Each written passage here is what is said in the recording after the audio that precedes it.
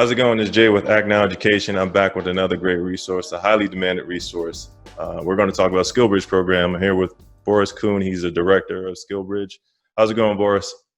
Pretty good, Jay. Thanks for having me. Absolutely. I appreciate you being here. Can you kind of go into the program of Skillbridge program and tell us more about it? Sure, no problem. Skillbridge is a very new program and it's been around for only about 6 years. So we've created a more interactive capability to support both the services and the service members and our organizations that support the program. We've surpassed 300 programs to include organizations like Hiring Our Heroes, organizations like Amazon, Microsoft, and many others, depending on your field. If you don't see an opportunity there, does not mean that you can't pursue it. The program overall allows the service member to participate in an employment training program. That's what it's designed to do. A lot of folks think it's an internship or an apprenticeship or a pre-apprenticeship. Actually, it encompasses everything. It can be anything that's necessary for the individual, the service member who's transitioning to gain employment skills. So upskilling, right skilling. It can encompass certifications, licensure. So whatever it takes to help the service member get to where they need to be in, career 2.0, if you will. Most programs are roughly 8 weeks to 20 weeks. So if you're looking to do a program, just think about that from yourself and talk to your command leadership.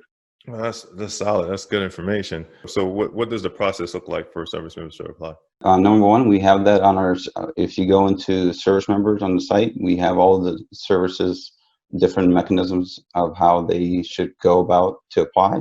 For the Air Force, the process pretty much goes through working with your command. You have to let your command know, and your chain of command should always know that you're going to pursue X thing, right? I want to pursue courses, I want to pursue Skillbridge, whatever it is, they should be aware, and you don't want to surprise them.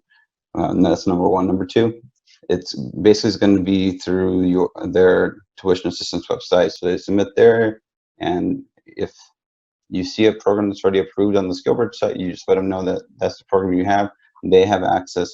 The approving official from the education office has our vetted list, and they have access to our cloud, so they can see the whole entire package for all the organizations as well. In a nutshell, it could be a little bit more intense because sometimes organizations might be on base or off base, or if you need to travel. So you are given TDY orders, non-funded, if the opportunity is somewhere else. So for the Army, it's a little bit different. They have to start with the ESOs and their commands.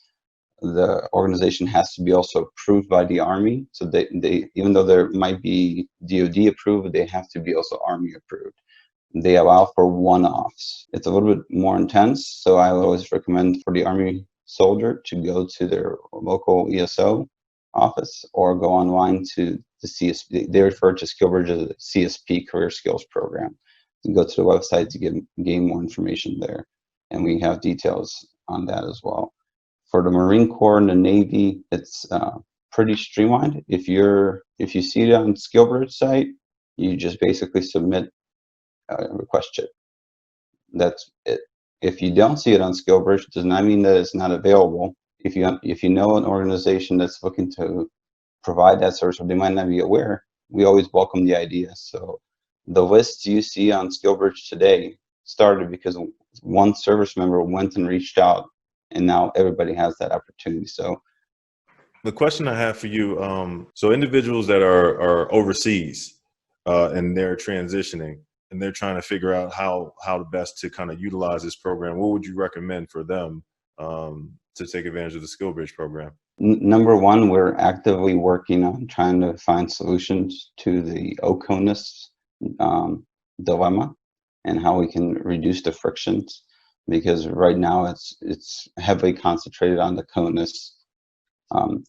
One mechanism that we've done, we worked with the services on, is if there's a program that has a start date, that they can maybe travel sooner, right? So if you're transitioning in 4 months or 3 months, you can maybe go earlier and go start that internship apprenticeship program. The other big one is, if you take a look at our Skillbridge site, is a lot of the programs are now hybrid and virtual. And COVID has proven that we can do it too. Right now we're having a great interaction virtually.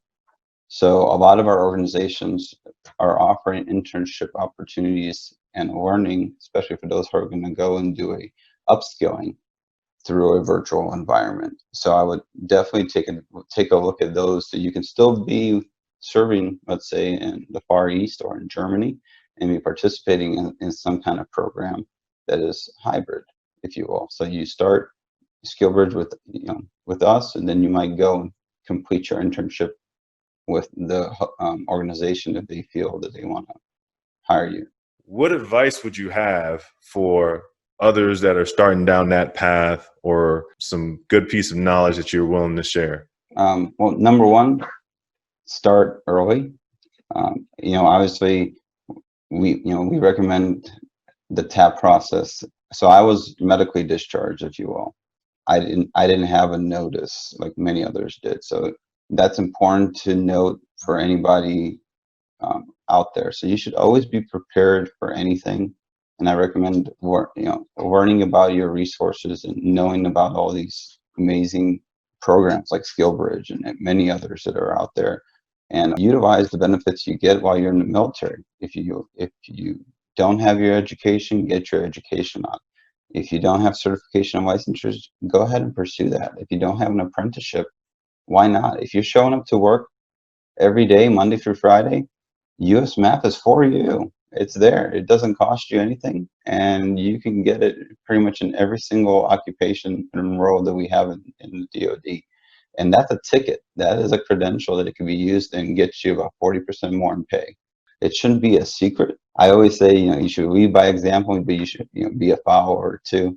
So that's my biggest kink. So it's always giving back to others. So like, you're doing it right now through doing these videos and doing the resources you're doing, even though you're still serving. So it's important to be cognizant and aware of everything that's available for you. Don't be that person that walks into TAP and finding out about all the amazing resources and tools that are available to you. A lot of these tools and resources are already up there. You don't have to be trying to crunch and crush this information in the last 6 months or 3 months or a month or a year or 2 years.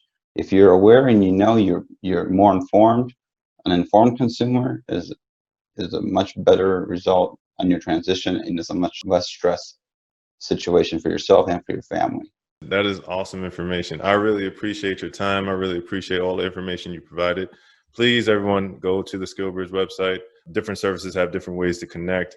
Reach out to Boris and his team if you have any questions. Reach out to Act Now Education if you have any questions. We'll try to push you in the right direction. We're here for your support. Thank you again, Boris, and I really appreciate it. Thank you. Have a great day, everyone.